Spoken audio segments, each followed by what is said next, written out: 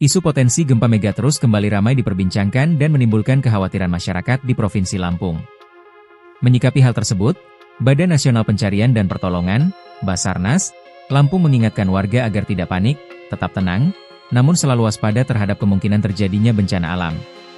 Kepala Basarnas Lampung, Deden Ridwansyah, menyampaikan bahwa lembaganya bersama sejumlah instansi tengah mempersiapkan rencana kontingensi, RENCON, sebagai bentuk kesiapsiagaan menghadapi ancaman gempa besar maupun tsunami di wilayah pesisir.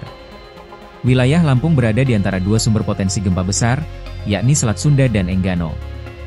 Ancaman itu memang ada, tetapi yang lebih penting adalah memastikan kesiapan SDM dan sarana pendukung, ujar Deden, Rabu, 4 November 2025.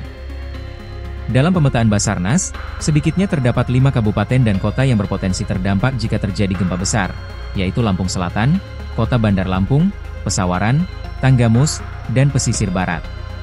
Lebih lanjut, Deden menuturkan, Basarnas bersama BPBD, TNI, Polri, serta sejumlah lembaga teknis telah menyusun sistem koordinasi dan pembagian tugas yang terarah agar proses evakuasi berjalan lancar ketika situasi darurat terjadi.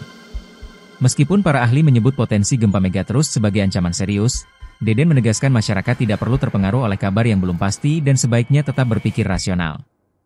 Sebagai bagian dari upaya mitigasi, Basarnas Lampung juga terus melakukan simulasi evakuasi, pelatihan tanggap darurat, serta sosialisasi mitigasi bencana bagi warga pesisir agar siap menghadapi skenario terburuk.